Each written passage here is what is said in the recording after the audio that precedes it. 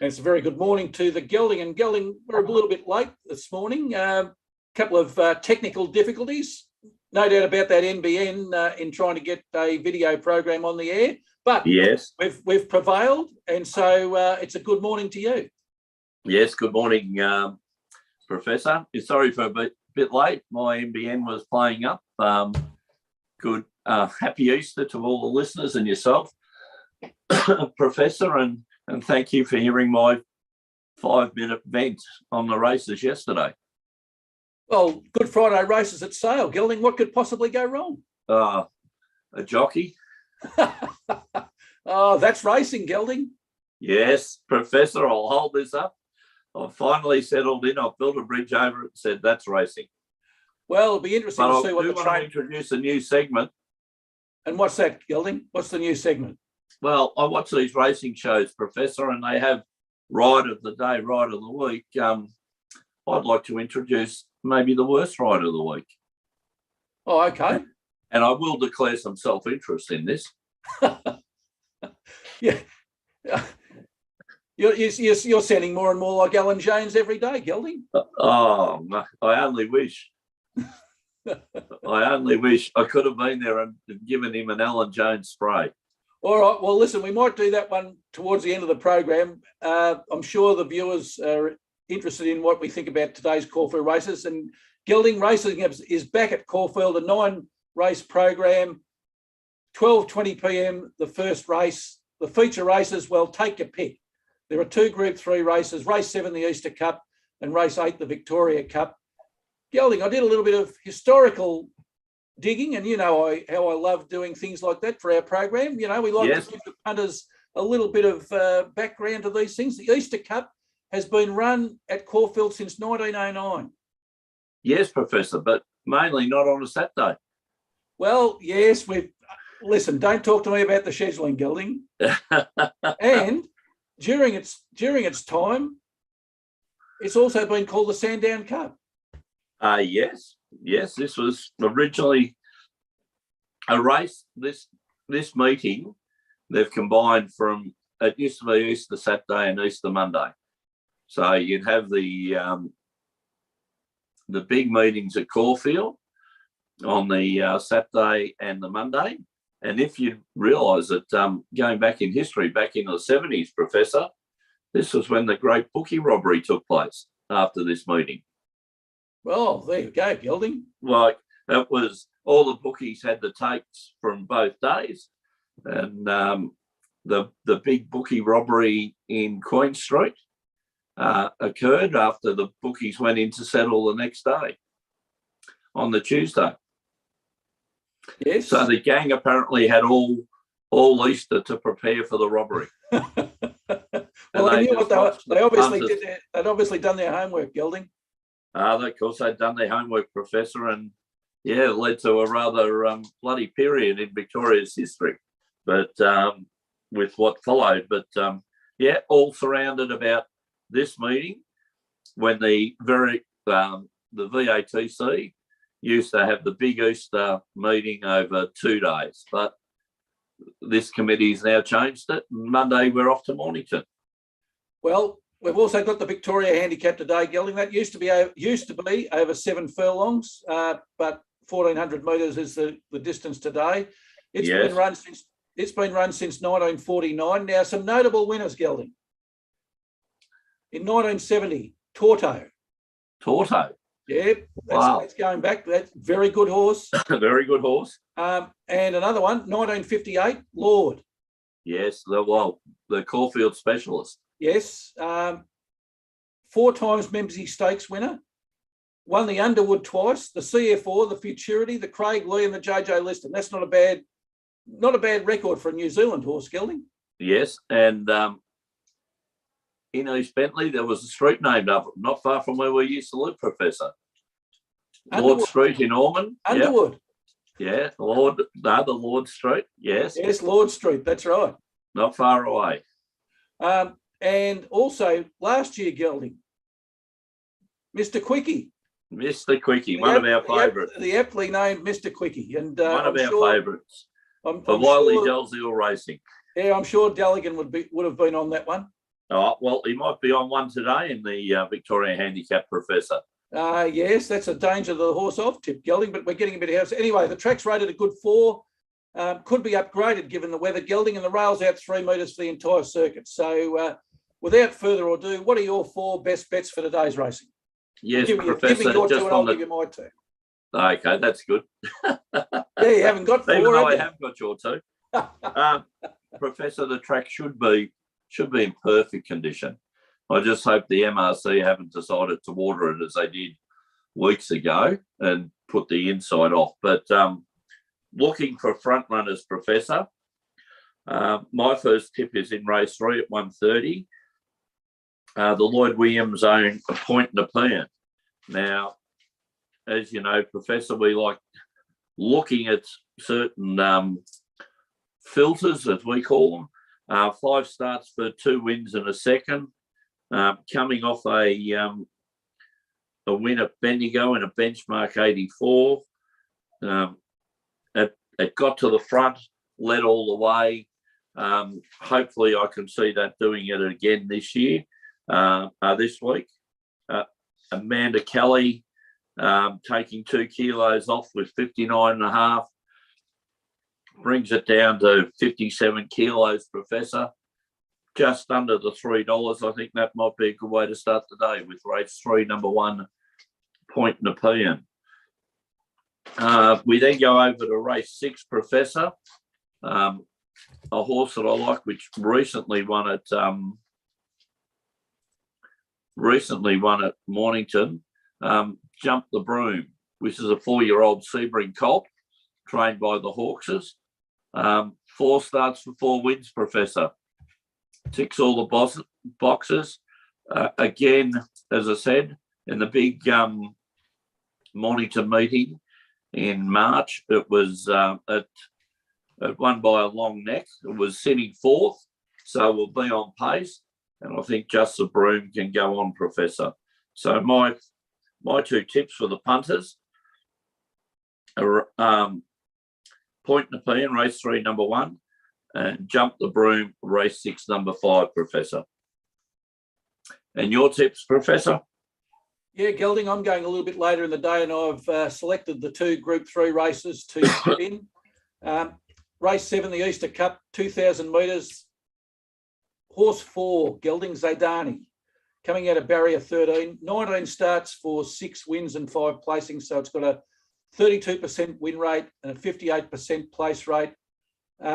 It's running a Ticks Group the 2. filters. Sorry, Gelding? It ticks our filters. Yes, it does. The other thing I like is that in November last year, it ran in a Group 2 at Flemington and beat Our Intrigue.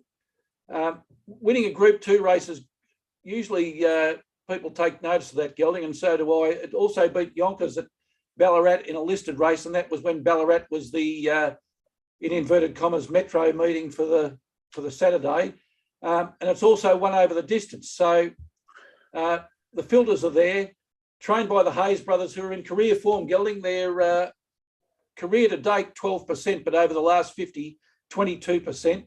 And a rider that has ridden horses for us, Gelding, Lukey Nolan's in the saddle. So plenty to like about that. And for each way punters, I got $8.50 this morning and $2.40 the place. So if you load up on the place, look, you can't be certain about anything, Gelding, except death and taxes. But I would have thought if this horse can't run in the first 3, I'll eat my baseball cap. Yeah, Professor, I like to tip a good solid bet. As you said, the Hayes boys are just on fire at the moment, and they seem to be putting their horses in the right type of races. You know, they're giving their horses a chance by putting them in races where they're graded properly, and they just seem to be on an upward rise. Exactly, Gelding. And my second selection is in the Victoria Handicap over 1,400 metres. Horse 9. I think by far the best horse in the field, Gelding, and we both agree on that. Ayrton coming out of barrier 2, so the barrier suits. Excellent rating, Gelding. 7 starts for 5 wins and 2 placings. So a 71% win rate, a 100% place rate. It's won over the distance. It's won at the track. First up, Gelding, it's 3 from 3. Professor, coming back from rather a nasty injury, though, Ayrton. Apparently he was bitten by a spider in the stables of Mick Price and Michael Kent Jr., and apparently the leg blew up. This horse last year was regarded the sensation around the Brisbane Carnival. So, as we said before the show in the production meeting, this is the best horse racing at Caulfield today. It's just had a long layoff, believe me, and that's why we're getting those juicy odds of round about $3, Professor. If this horse hadn't have been bitten by a snake and been running in a race like this, it would have been odds on. So, yes, there is a bit of a risk factor because of the long layoff, but as we said, you're getting the best horse racing there, and Price and Kent, they're good trainers, Professor. They wouldn't be running it if it didn't have a chance. So, and the other thing that caught my eye in the form, Gelding, is that last year it beat Curran. Oh yeah, that horse has gone on to win a group. Gone on to run third in a Group 2 at Caulfield. So that's pretty good form. Jamie Carr's in the saddle, so I feel confident with her leading the way. And Price and Kent in career form. Over the journey, 16% win rate, but over the last 50, Gelding, 26%. Yep, they're flying, Professor, and Jamie Carr's riding perfectly. So what's wrong with having leading trainers, leading jockeys, and the best horse? It's a good starting point, Professor. It is, Gelding, and maybe the increase in wins for the Price Kent training duo is due to their move out to Cranbourne. Yeah, they seem to have a very good, very, very good setup there. A bit of a change. I know people who used to work there that are no longer working there because of the move, which is a subject probably for another time, Professor. But yeah, apparently, around here, people that had jobs, not all of them moved out to Cranbourne with all the trainers when they moved to various stables. So that's the pity of that. You drive around Caulfield now and it's just dead at the moment, where it used to be a bustling hub. But anyway, another move by the committee we don't agree with, Professor. Exactly, Gelding. Now, in that race, Gelding, I'm also tipping a Quinella, which is something I rarely do. Well, I'm sure the giraffe will be interested. Horse 9, Ayrton, and horse 11, Foxy Frida. Yes, one for the giraffe, eh? At 18. I couldn't go past that, Gelding. Oh, well, Professor, I'll have a little $5 each way on it at $18. So, but of course, we'll be mainly interested in Ayrton for our listeners. Exactly, Gelding. Now, Gelding, my two horses, race 7, horse 4, Zaydani, and race 8, horse 9, Ayrton. Now, the Professor's Parlay, which was unfortunate again last week, 2 legs up. Yes. We don't seem to be able to strike that horse leg, but I'm confident today. So race 8, horse 9, the agreed bet of the day, Ayrton. And let's parlay that into the Parramatta Eels, who are in great form to beat the West Tigers, who are in exactly the opposite form, Gelding. And as I keep saying to Daligan on Sportsfan radio show, how long before Michael Maguire gets the sack? Stone motherless last, 0-5, minus 64 points differential. Parramatta Eels will take them apart today. It should have been at the end of last season, shouldn't it, Professor? Yes, the decision should have been made then, Gelding, but it wasn't, unfortunately. So yeah. The fans get to look at another wasted season, and you and I both know how that is, Gelding. Oh, well, we've been there, Professor.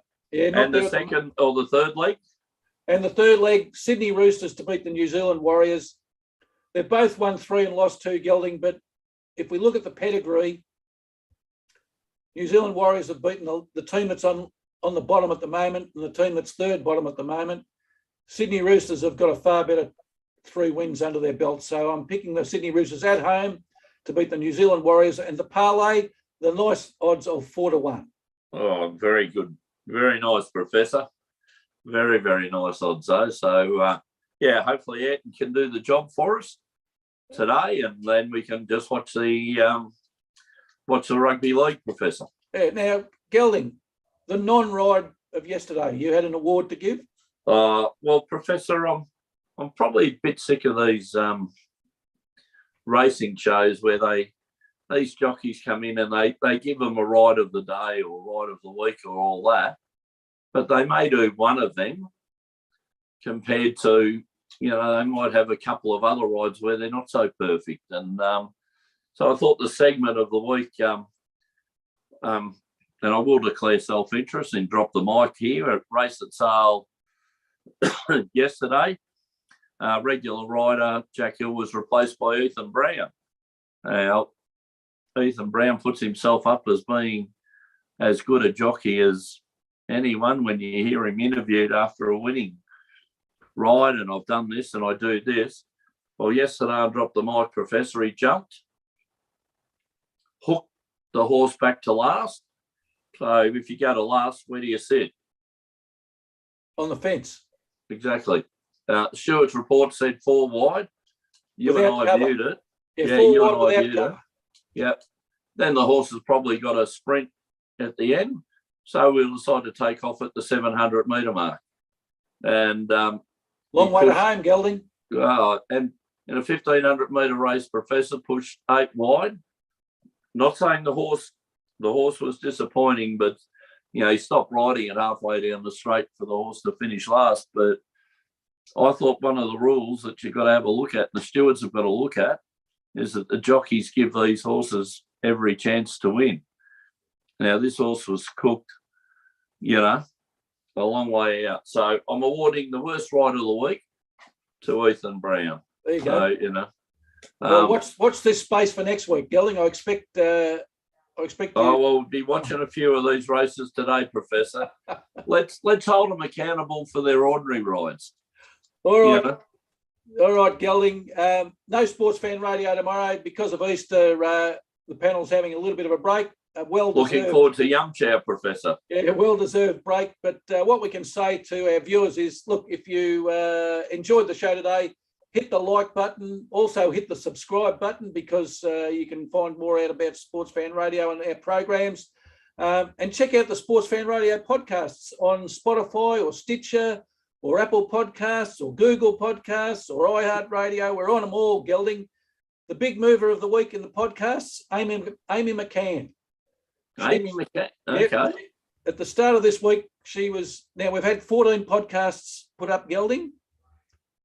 At the start of the week, she was sitting stone motherless last on the board of how many times her podcast had been downloaded. She's now third. She's jumped 11 places in a week. Travelling well. Oh, look, I listened to it again yesterday, Gelding. It's a terrific interview. She's a great person who's been involved with baseball for a long time. But Hey, don't worry about that. You can get Luke Lewis. You can get Grant Thomas, Cameron Schwab. The Grant Thomas is my favourite one, Professor. Well, it is on top of the leaderboard, Gelding. Yes, it is my favourite. All right, Gelding. Well, that's all we've got for today. So until next Saturday at 10 a.m., it's